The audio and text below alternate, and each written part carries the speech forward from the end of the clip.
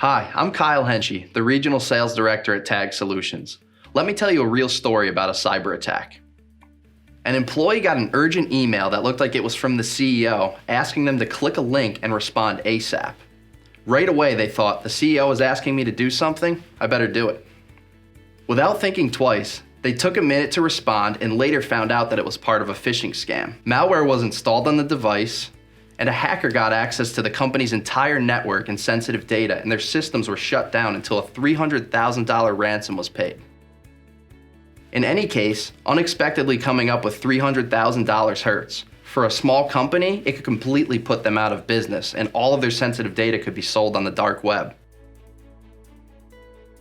In addition to the monetary loss, an event like this compromises the safety of all of the organizations they've interacted with over the years and has a huge impact on the company's public image moving forward.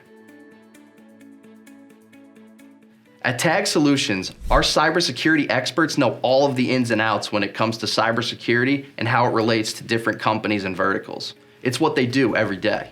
We do a deep dive into the business itself, the network, and both physical and environmental controls. From there, we discuss goals around cybersecurity, industry requirements, and put together a comprehensive plan that shows you where you need to be and how we can get you there.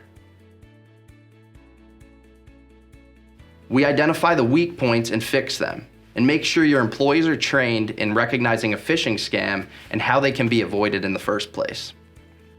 And remember, just because you're compliant doesn't mean you're secure. Now, what do you think these three numbers have in common?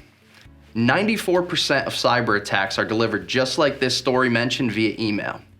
Cybercrime is now a $1 trillion industry, and attacks are more frequent and more targeted. As a matter of fact, every 14 seconds a ransomware attack occurs. Give us a call today and let's make sure this doesn't happen to you.